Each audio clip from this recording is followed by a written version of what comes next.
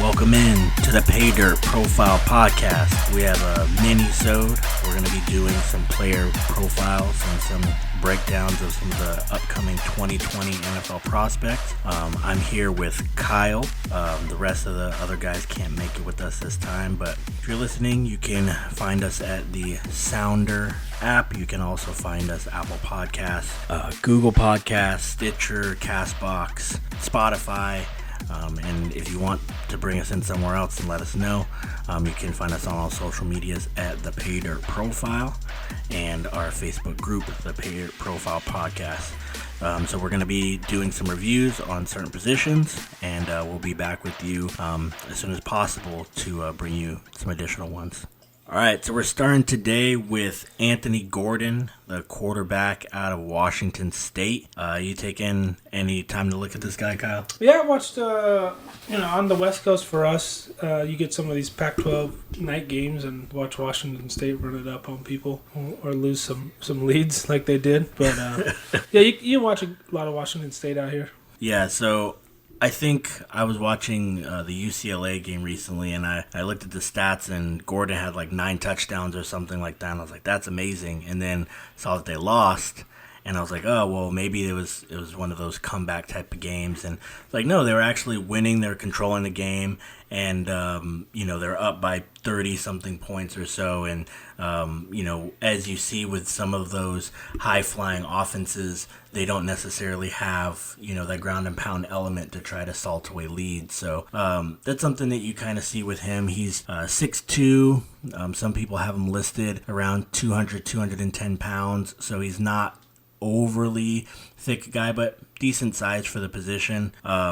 Came in and watched a couple of games of his to try to get a decent read on some of the positives and negatives. He didn't really play or start until this year in 2019. So I sat down, I took a look at his UCLA film, the University of Oregon film, which we have running in the background right now, his game against Washington, playing against Jacob Eason, and his game against Houston, as well as the game against Air Force. One thing that you really see with him is that the offense that they're running is a wide open type of offense. They're going to get a lot of screens, a lot of underneath style throws, and then it's going to open up and take a lot of shots down the field. It's similar to what they're doing at LSU, except for you have much less talent running and a much less sophisticated type of offense. He's a quarterback who has really good arm talent. He has the ability to throw from all different angles. I mean, you can see him come over, full arm angle, 3/4, side arm. He has one of the quickest releases outside of Tua Tagovailoa. He probably has the second quickest release in the draft. He makes relatively quick decisions, but if his first read is not there, he's going to struggle a little bit on finding that second read and getting through the progressions. As you see on this one, he doesn't really have the mobility to evade the rush. So if the first read's not there and he's not super succinct with getting to the second read, he kind of starts to panic a little bit in the pocket. Not so much so that you afraid he's seeing ghosts or anything, but so much so that he might miss a throw because, he puts his head down or he's looking at the rush as opposed to looking down the field. Overall, he's relatively accurate. I haven't seen too many huge lapses, but the one huge negative, you can see he doesn't use very much legs at all. He's basically all upper body. He reminds me, remember when we were watching Aaron Rodgers in 2018, and basically every play was like, okay, Aaron, get the ball, and he's just going to play sandlot. Like, that's what it looks like watching him throw, where, like, sometimes when you look at the highlights, it looks great, but when you look at him miss a throw right in front of him, you're like, well, maybe if you just had, in a succinct 3-step or 5-step drop, like, maybe you would have been able to make that throw. And I think that, Aaron Rodgers was doing some different stuff because he is so talented. But in this offensive style, air raid style, there are routes that convert based on coverage and based on leverage type stuff, something I'm pretty familiar with. But you see a lot of checkdowns from him because he's staying on the first read a long time. Mm-hmm. And there's not quite the same progression read that you might get out of a pro-style system or what you're going to get in some NFL-type stuff. Mm-hmm. not quite as bad as you used to get with this style of offense. You just see a drop touchdown here when we're watching this. Yeah. That's awful. But with this style offense, it doesn't have that stench that it used to when you guys like Colt Brennan, Timmy Chang at Hawaii, some stuff like that. Old guys from Texas Tech when Leach was there. But, because the NFL has changed a little bit. But I think he's all right. Very similar to Gardner Minshew. JC transfer, 1-year starter. Athletic but not mobile. Right. Yeah, he can avoid, but he's not someone you're going to design a QB run game around. You're not going to let him get in the zone read, except for maybe in short yardage stuff, which is fine, as they just dial one up for him.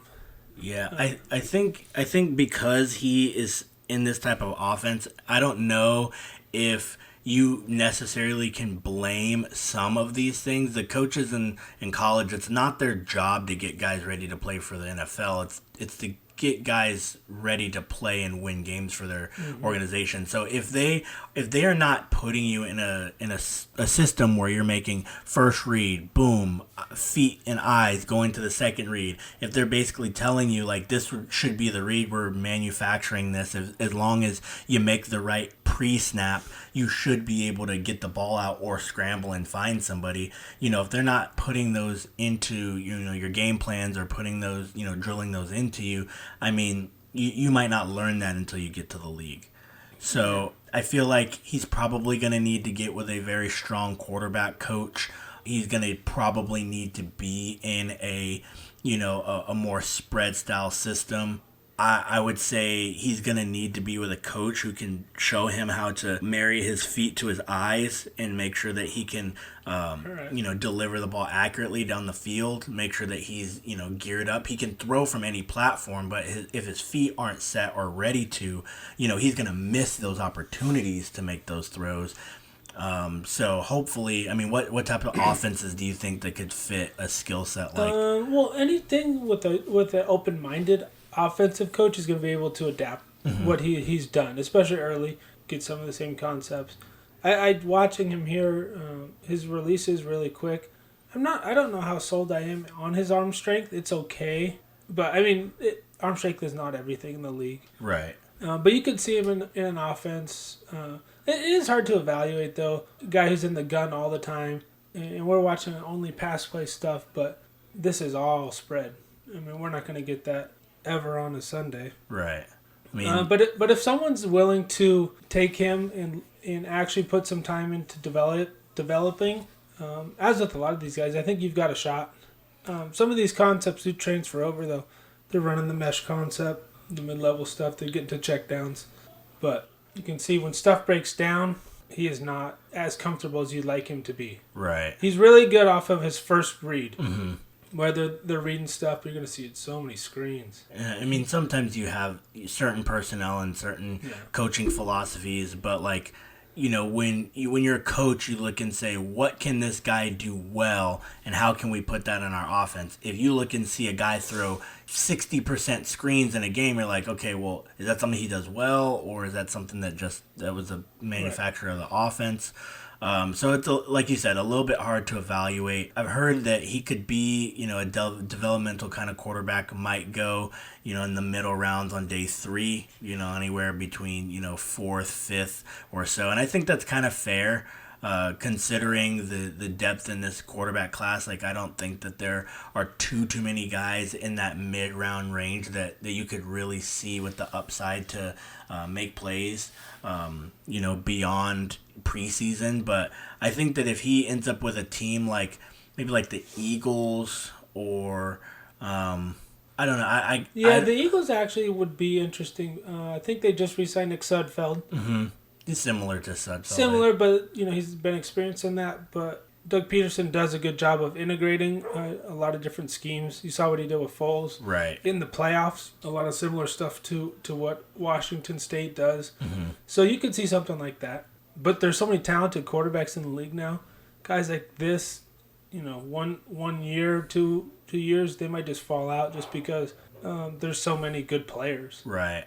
And when you're looking at a guy like this, as a a quarterback evaluator, you're going to probably want to have a decent set of traits. Like you're going to want to have accuracy, you're going to want to have leadership, intangibles, you're going to want to have arm strength or talent, or at least the ability to get the ball to all three platforms. Obviously, if you have some ability, that would be great. He checks a lot of boxes, but one of the big things is like scheme versatility. If you have to play and you can only be successful in one specific way, it makes it very, very difficult as a coach to say, let's risk our time developing this guy or bringing him in, because if you don't stick with that system, or if you don't have the personnel for that system, then it might be a wasted pick. Right, especially if the league that is really dedicated to having veteran backups, Chase Daniel getting paid, some of these older guys getting paid just because they are knowledgeable, and learning a system from a college air raid system to a NFL system is really different. So the learning curve is going to be steep. So It's going to take someone who's willing to give him a chance and give him time. But you can see one thing that I do, like his eyes are always staying downfield. Mm-hmm. He really, he might lock in a little bit. It could be a scheme type thing. But his eyes really do stay downfield, even in some pressure. And he can escape a little bit. But it's really, it's a good thing to see when you're watching someone like that. Yeah. I mean, it'll be nice to see, him get with a team in a preseason. Hopefully it's a team that will be able to, utilize his strengths. Obviously, if you can get a little bit of coaching, kind of get him better mechanically sound. He struggles a little bit with being able to make throws and anticipating a guy coming open. Most of the things are just, stick throws, or you're throwing something underneath as a check down, or somebody's wide open down the field, or you're kind of just, throwing a vertical type of route. So, I guess we'll have to see. But I think, like we said, it'll be interesting. It'll probably come off the board in the middle rounds. Yeah, I would say third to fourth. Depending on how some of that cute quarterback run goes. Yep. So, until then, we'll probably have a couple more discussions about him. He's not one of the premier players, but definitely certainly somebody to watch. We'll be back with some more of these player profiles. And until then, we're out.